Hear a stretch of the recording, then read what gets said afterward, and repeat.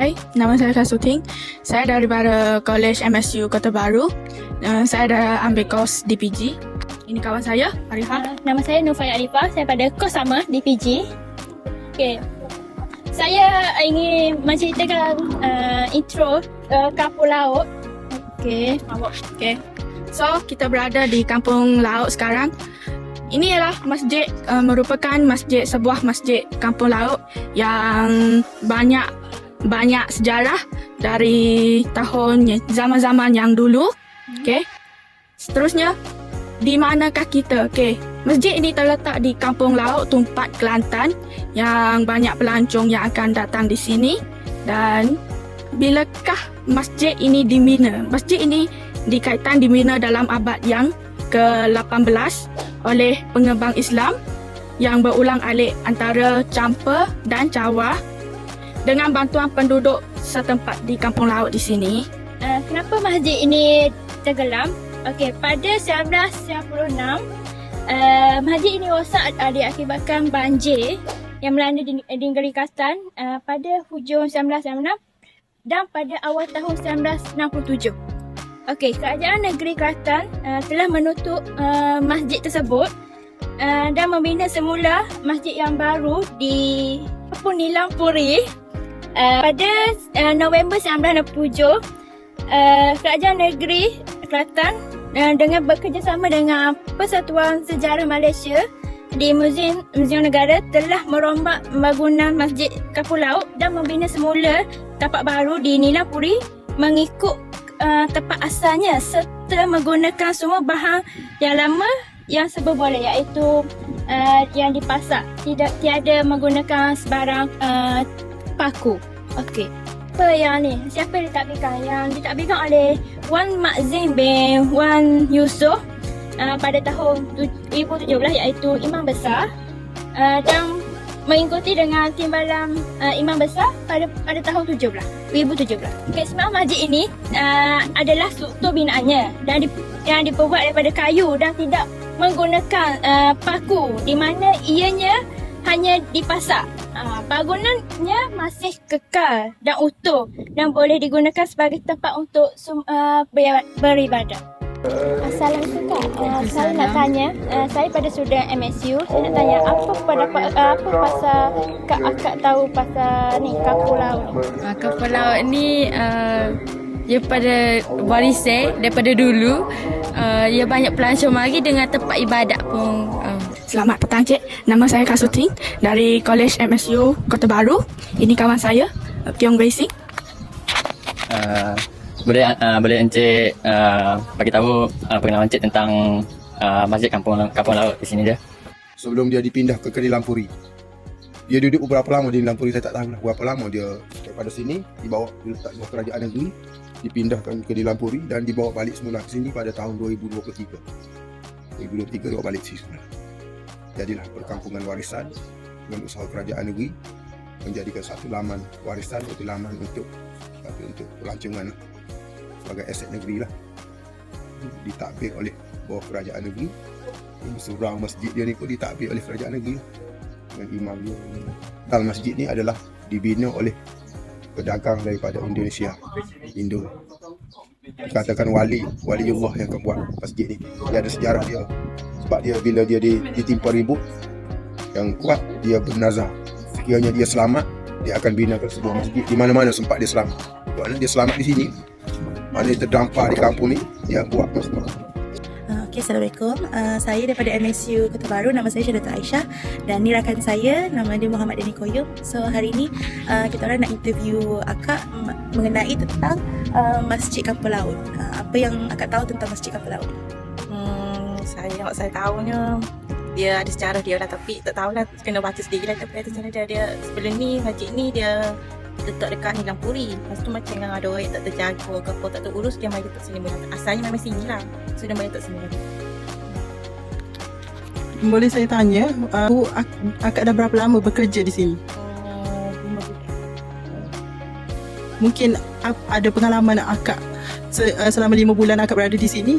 Akak boleh ceritakan pengalaman apa yang terjadi dan tentang tarikan pelancong. Dari pandangan saya selama 5 bulan sebab dia di sini, masjid tu ada dia buat program setiap hari Sabtu tu dia ada buat macam dia buat program ceramah lah, untuk imarahkan masjid tu lah. Lepas tu ada tarikan pelancong juga lah main untuk tengok sejarah-sejarah dia gitu.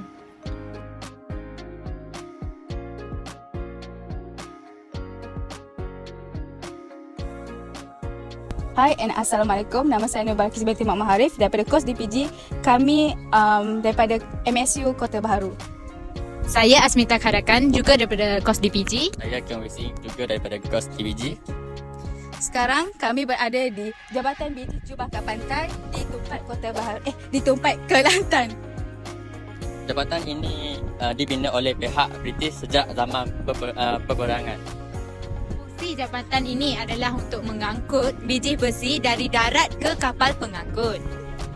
Biji besi ini diusahakan oleh sebuah syarikat Jepun iaitu Oriental Mining Co. di kawasan Bukit Besi, Tembangan, Kelantan. Biji besi tersebut akan dimasukkan ke dalam satu bekas khas di mana ianya akan diangkut pula ke kapal melalui jeti yang dibina. Dari kapal kecil ini, biji besi tersebut akan dibawa ke kapal induk untuk dieksport ke negara Jepun. Selepas peperangan dunia yang kedua, semasa pendudukan Jepun di Tanah Melayu 1941 hingga 1945, pengeluaran biji besi ini dilakukan oleh pemerintah tentera Jepun dan Lombong di suatu kawasan yang dulunya terdiri Sekolah Kebangsaan Tembangan. Tetapi selepas peperangan dunia kedua, pengeluaran tu masih diteruskan namun di bawah pengawasan British, di mana ia berterusan sehingga tahun 1966 dan dihentikan kerana bekalan biji semakin berkurangan. Sejak itu, jabatan biji ini tidak lagi berfungsi dan menjadi dan telah runtuh dan menjadi kesal sejarah.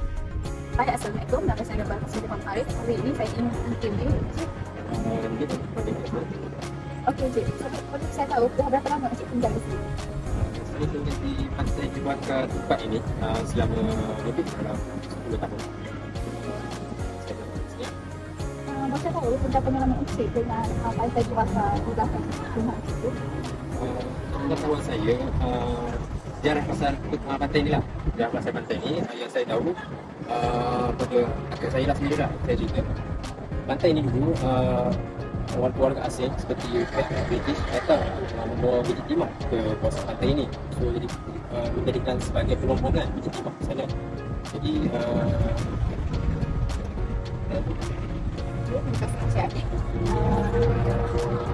Okey.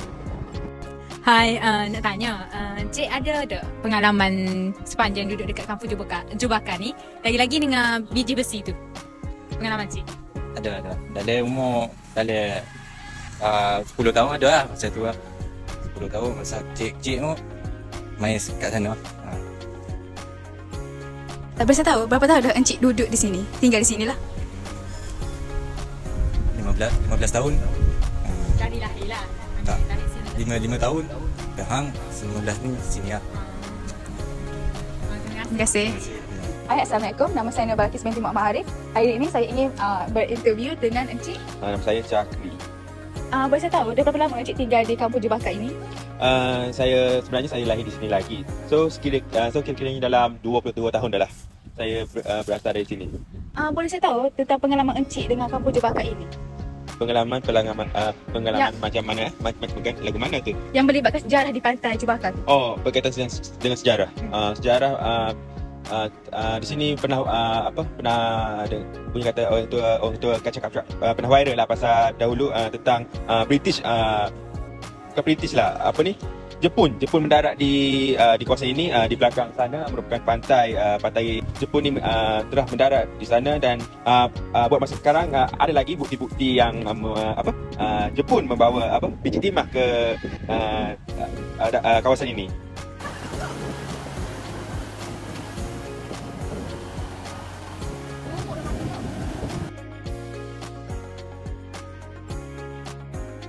Assalamualaikum dan salam sejahtera. Saya Muhammad Deni Koyum bin Ahmad. Dan saya Syaratul Aisyah binti Abdullah. Kami berdua dari kos DPG MSUC Kota Baru.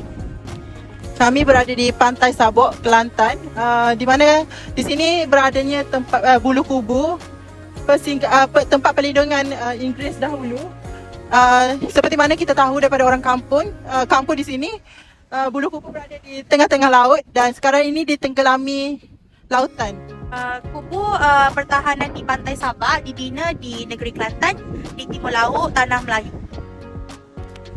Kubu ini dibina oleh pihak Inggeris sebelum peperangan dunia kedua, bermula sebagai persiapan untuk menghadapi kemungkinan serangan musuh.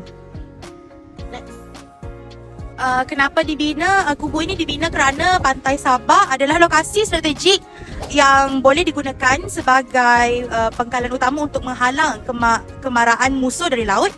Selain itu juga, kawasan ini juga berdekatan dengan Siam dan Vietnam, di mana tentera Jepun yang datang melalui laut akan berdepan dengan kawasan ini terlebih dahulu. Dan bagaimana kubu ini dibina? Dengan menggunakan bahan-bahan binaan yang kuat seperti batu, konkrit dan besi. Ia direka menjadi pertahanan yang kukuh dengan sistem pertahanan yang teratur dan bersepadu. Selain itu, kubu ini dilengkapi dengan senjata dan perlengkapan pertahanan yang moden pada masa itu. Hai Kak, maaf ganggu. Kami dari MSU College. Saya Asmita dan ni kawan saya Syahdatul Aisyah. Lani nak tanya Kak, umur berapa? 25. Umur 25.